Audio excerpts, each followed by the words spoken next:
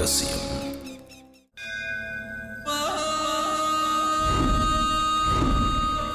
ஐயா ஐயா, தயவு செய்து மன்னிச்சிருங்க ஐயா.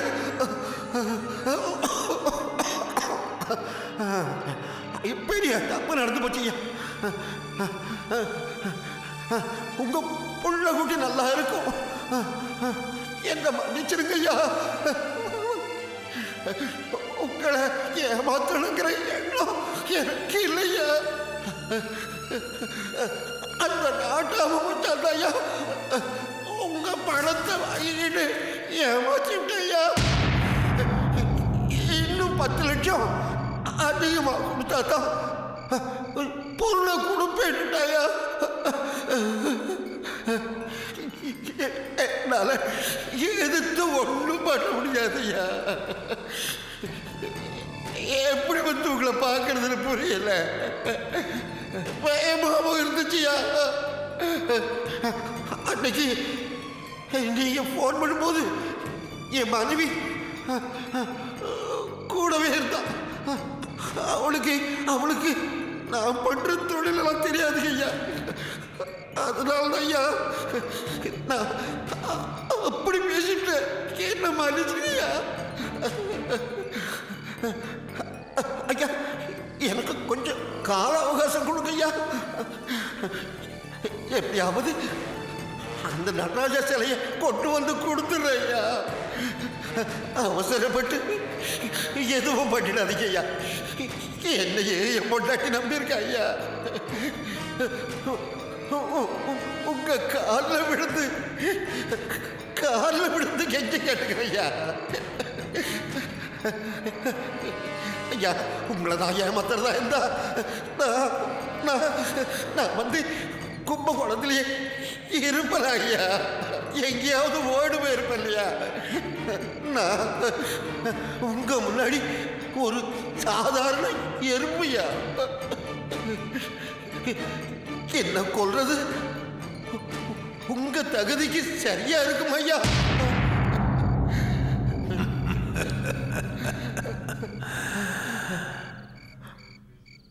நீ மூச்சு விடாம கதறி எழுதி பேசினதுல எனக்கு ஒண்ணு மட்டும்தான் கேட்டுச்சு. என்ன தெரியுமா? நீ ஒரு சாதாரண எறும்பு. ஆனா இன்னொரு விஷயம் உனக்கு தெரியுமா? இந்த யானை இருக்க யானை இருக்கிற மிருகங்கள்ல ரொம்ப பலசாலியானது. ஆனா அதோட காதுக்குள்ள ஒன்ன மாதிரி எறும்பு போனா என்னாவும் தெரியும்ல. அந்த நிலைமை எனக்கு வரணுமாடா. அதான் நீ உயிரோட இருக்கிற வரைக்கும் தான்டா எனக்கு பிரச்சனை.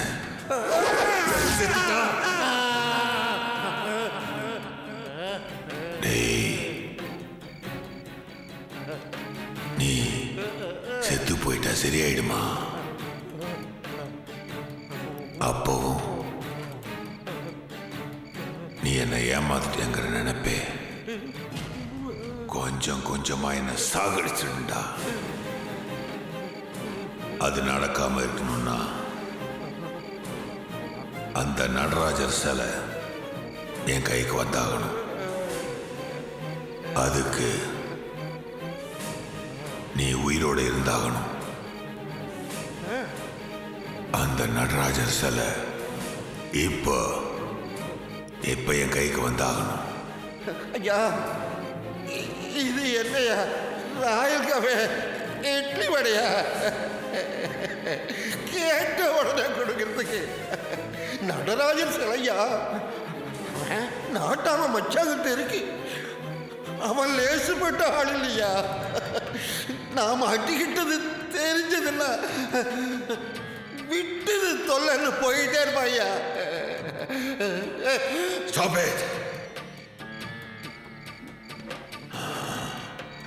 ஏய், கேட்காமலேயே கொடுக்கறதும் எடுக்கிறதும் ஒன்று இருக்குடா.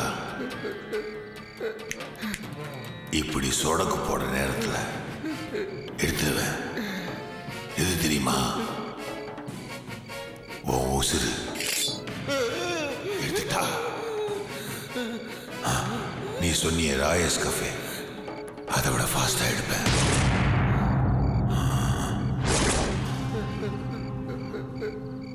சிலை எங்க இருக்குன்னு தெரிஞ்சிடுச்சு.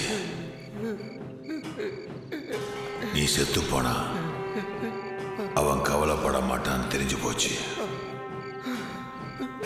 இப்போதைக்கு உனக்கு முன்னாடி இருக்கிறது ஒரே ஒரு சாய்ஸ் தான். சிலையை கொண்டு வந்து தரப்போறியா?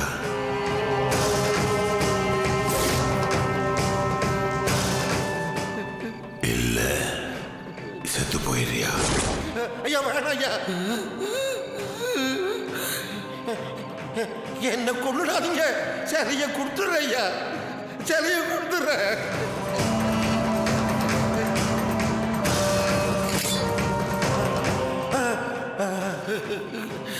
கொடுத்துறையா, சிலைய கொடுத்துறையா, கொடுத்துறேன்.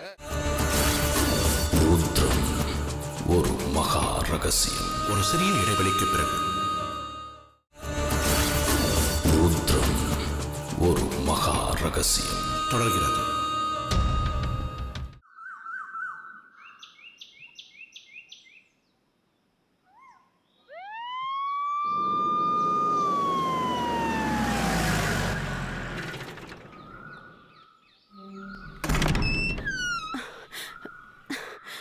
லக்ஷ்மி அக்கா, சீக்கிரம் ரெடி பண்ணுங்க, அவங்க வந்துட்டாங்க.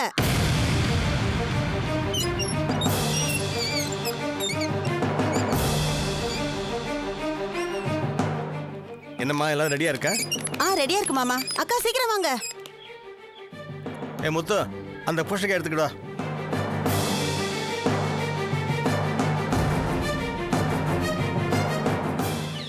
கிழக்கு பார்த்து நெல்லு. அவனை பிடிச்சிருக்கிற வியாதி மட்டும் இல்லை, அவனை பிடிச்ச பீடைகளும் ஒழியணும்னு சுத்து. நாங்க ஒழிஞ்சு போறதுக்கு நானே பூசணிக்காய் சுத்தணுமா? என்னடா முணுமுணுக்கிற? சாமி கும்பிட்டையா. சரி சீக்கிரம் சுத்து.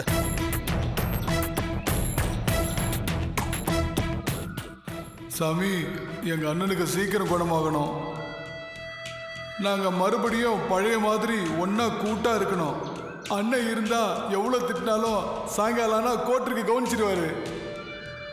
அதுக்காக மட்டும் இல்ல, அவர் நல்லா இருந்தா நாங்க எல்லாருமே நல்லா இருப்போம். என்னடா கிறிஸ்டி பூசணிக்காய் சுத்த சொன்னா இவ்வளவு யோசிக்கிற? நீ சுத்தி முடிக்கிறதுக்குள்ள அண்ணன் எச்சு உள்ள போடுவார் போல இருக்க. டேய் சும்மாடா. டேய் வெளியே பையன் உடைச்சிட்டு வாப்போ. ஈஸ்வரா, உன் கருணையினால என் மகன் எவ்வளவு தப்பு பண்ணியிருந்தாலும் அவன் உயிரை நீ காப்பாத்திட்ட. இந்தாம்மா ஆரத்தி எடு.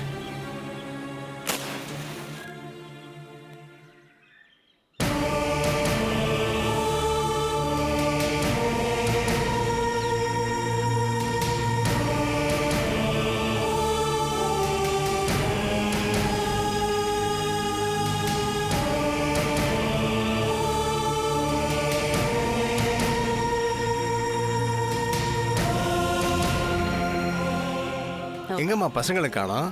ஸ்கூலுக்கு போயிருக்காங்களா? ஆமா மாமா, ஏற்கனவே நிறைய நாள் லீவ் போட்டுட்டாங்க. வீட்ல இருந்தா அவங்க தொந்தரவு பண்ணுவாங்கன்னு தான் அவங்கள ஸ்கூலுக்கு அனுப்பிச்சிட்டேன் மாமா. சரிம்மா, கூட கூட்டிட்டு வாங்க.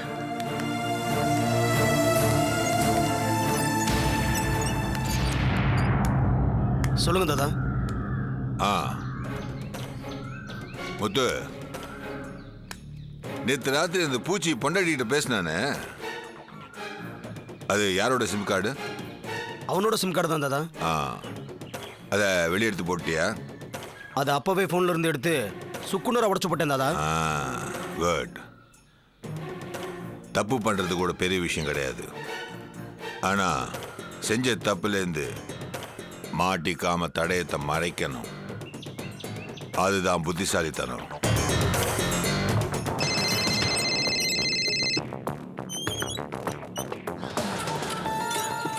சொல்லுங்க தாதா. எங்க இருக்க இப்போ? நான் இப்போ மலேசியால இருக்கேன் தாதா. நீ ஒரு வேலை பண்ணு. சொல்லுங்க தாதா. நான் ஒரு நம்பரை உனக்கு SMS பண்றேன். அந்த நம்பருக்கு இந்தியன் டைமுக்கு நாளை காலையில் 11 மணிக்கு நீ பேசுற. சரிங்க தாதா.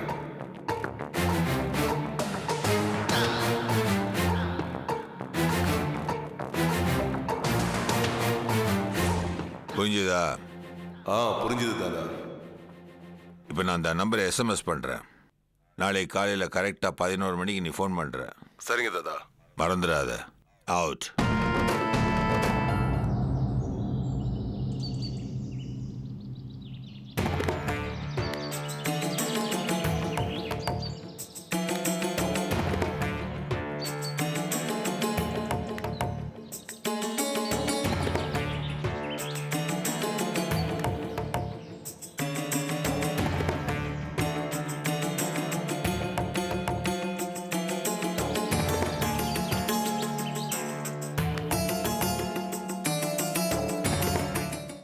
ஆமா, இந்த மாமி எதுக்கு நம்ம ஐயா வீட்டுக்கு வருது? ஏதாவது 5-10ன்னு கடன் வாங்கிட்டு போறதுக்காக வந்திருக்கோம். குருக்கள் போய் 2 மாசம் ஆச்சு. அவங்களும் குடும்பம் நடத்தணும்ல.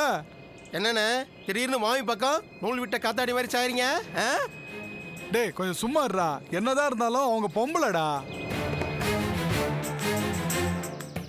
அண்ணனுக்கும் அவங்களுக்கும் 1000 பிரச்சனை இருந்தாலும் அண்ணனே அவங்க வீடு தேடி போய் பணம் கொடுத்துட்டு வருவாரு. உனக்கு தெரியும்ல? அண்ணே நீ என்ன சொன்னாலும் சரி, நம்ம அன்பை அந்த நிலைமைக்கு காரணமா இருக்கிறது அந்த ஓனாய் குருக்கள் தான். இப்ப அந்த மாமிய நாக்க புடுங்க மாதிரி 4 வார்த்தை கேட்கிறேன். குமார், டைம் ஆயிடுச்சு. பசங்களை கொஞ்சம் ஸ்கூல்ல இருந்து கூட்டிட்டு வந்துடுறேன். அண்ணே வாண்ணே. நமஸ்காரம்மா. நான் ஈஸ்வரன் கோவில்ல சேவகம் பண்ற சதாசிவ குருக்களோட சம்சாரம் பெரியவர் ஆத்துக்கு வந்திருந்தார். விஷயத்தை அப்போதான் கேள்விப்பட்டேன். அதான் பார்த்துட்டு போலான்னு வந்தேம்மா. உள்ள வாங்க.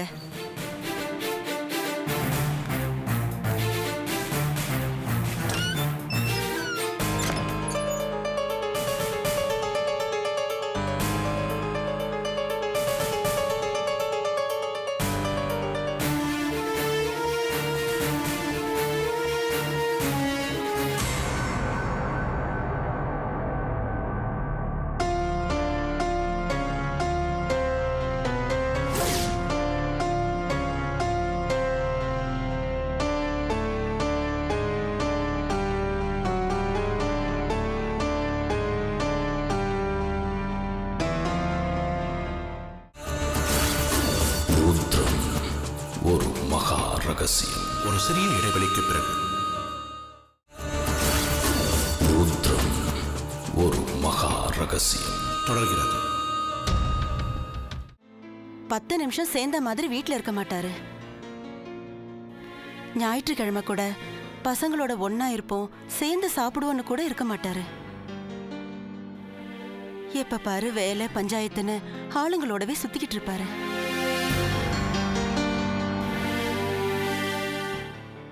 இது வரைக்கும் அவர் என்ன பண்றாரு, எங்க போறாருன்னு கேட்டதே கிடையாது. இவர்கிட்ட நானே கேட்டாலும் தெரிஞ்சுக்கிட்டு நீ என்ன பண்ண போறேன்னு என்னையே திட்டுவாரு.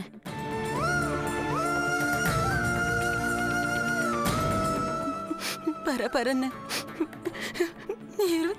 24 மணி நேரம் வீட்டையே சுத்திக்கிட்டு இருந்தவர் இப்படி வீட்டுக்குள்ளேயே முடங்கி கிடப்பாருன்னோ விட்டத்தை பார்க்குற நிலைமை வரும்னோ நான் எதிர்பார்க்கவே இல்லை. அதுவும் ஒரு கையும் காலும் விளங்காம போய்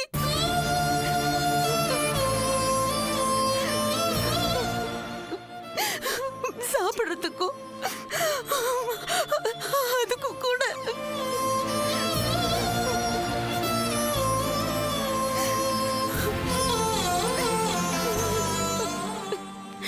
இன்னொருத்தரை எதிர்பார்க்கிற நிலைமையில, இந்த கொடுமையான நிலையில இவரை பாப்பேன்னு நான் கொஞ்சம் கூட எதிர்பார்க்கல. மாமாவை பத்தி தெரியும். 24 மணி நேரமும் பூஜை புனஸ்காரம்னு இருப்பாரு. இருந்த சொத்தை பாதி கோயிலுக்கு எழுதி வச்ச குடும்பம் இது. இவ்வளவு பண்ணியும் எந்த கடவுளுமே அவரை காப்பாத்தலையேன்னு அந்த கடவுள் மேலே எனக்கு கோபமா வருது. வீட்டுக்குள்ள இருக்கிற எல்லா சாமி படத்தையும் தூக்கி போட்டுடலான்னு ஆத்திரமா வருது. இவரை காப்பாத்த வராத சாமி இருந்தா என்ன, இல்லைன்னா என்ன?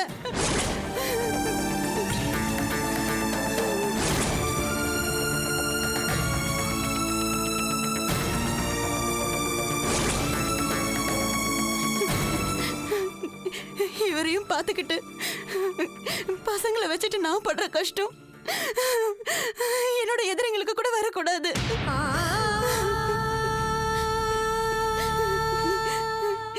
இந்த வீடு, சொத்து, சுகம் எதுவுமே எனக்கு வேண்டாம். அவர் நல்லபடியா எழுந்து வந்துட்டா அது போதும். அவரை எங்க ஊருக்கு கூட்டிட்டு போய் அவரை நான் பார்த்துக்குவேன். அவரு நல்லபடியா வரணும். அதுதான் இப்போதைக்கு என்னோட ஒரே வேண்டுதல். கவலை, ஆசை எல்லாம். நீ ஒன்றும் கவலைப்படாதேம்மா. அந்த பெரியவருடைய பக்திக்கும் நீங்க உங்க வீட்டுக்காரர் மேல வச்சிருக்கிற பாசத்துக்கும் எல்லாம் நல்லதாவே நடக்கும்மா. கவலையே படாத, கடவுள் இருக்கார். என்னமோ தெரியல, உங்களை பார்த்ததும் என் மனசுல பட்டதெல்லாம் அடக்கி வச்சிருந்தது எல்லாத்தையும் சொல்லணும்னு தோணுச்சு. அதான் சொல்லிட்டேன். உங்களை ஏதாச்சும் மனசு கஷ்டப்படுத்தி இருந்தா என்ன மன்னிச்சிடுங்க. நானும் எத்தனையோ கஷ்டம்லாம் தாண்டி வந்திருக்கேம்மா. நேக்கு புரியறது, உன்னோட வேதனையெல்லாம் நேக்கு புரியறது. எல்லாம் கடந்துதான் நானும் வந்திருக்கேன். பகவான் இருக்காருமா.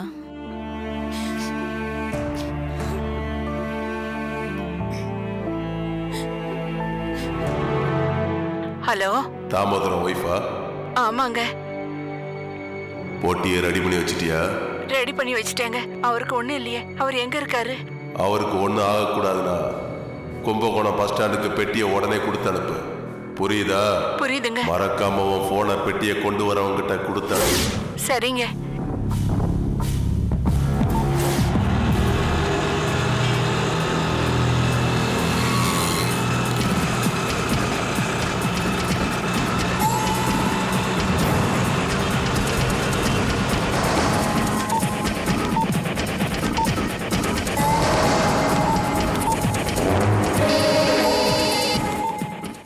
ஹலோ, எங்க இருக்க? கும்பகோணம் பஸ் ஸ்டாண்ட் பக்கத்துல ஒரு முட்டு சந்தில நிக்கிறேன். அங்கிருந்து உடனே கிளம்பி மகாமகம் குளத்துக்கிட்ட வா. மகாமக குளத்துக்கிட்டியா? நான் சொல்றத மட்டும் செய். கேள்வி கேட்கறது எனக்கு பிடிக்காது. சரி, நான் வந்துடுறேன்.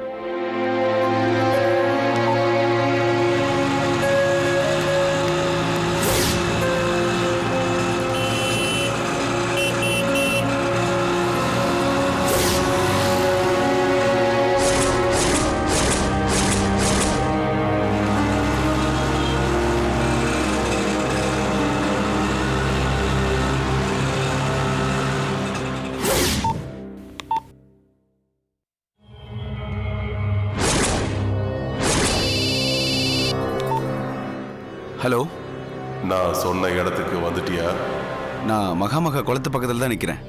எனக்கு அந்த இடம் வாஸ்து சரியில்லை. நீ உடனே கிளம்பி தாராபுரம் அக்கரார் தெருவுக்கு 10 நிமிஷத்துல வா. என்னது? வானா வரணும், புரியுதா? சரி, நான் அங்கே வந்துடுறேன்.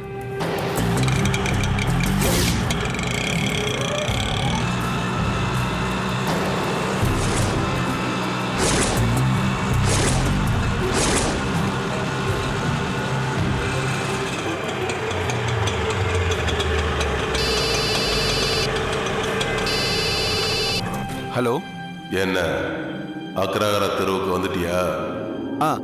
அக்ரகாரத்து பக்கத்தில் பெருமாள் கோயில்கிட்ட நிற்கிறேன். இப்போ எங்கே வரணும்? அங்க இருந்து 3வது தெருவுக்கு போ. அந்த தெருவில் லெஃப்ட் ஹேண்ட் சைடில் ஒரு இபி பாக்ஸ் இருக்கும். சரி. அந்த பாக்ஸ் பக்கத்தில் ஒரு குப்பை தொட்டி இருக்கும். அங்கே பொட்டியை இறக்கி வச்சுட்டு போ.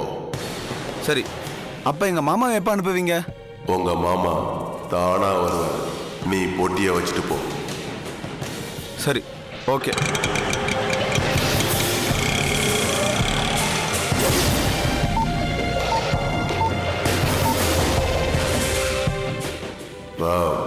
அக்ரஹாரத்து 3வது தெருவுக்கு போட்டி வந்துகிட்டு இருக்கு. நீ பாத்துக்க. சரி, நான் பாத்துக்கிறேன்.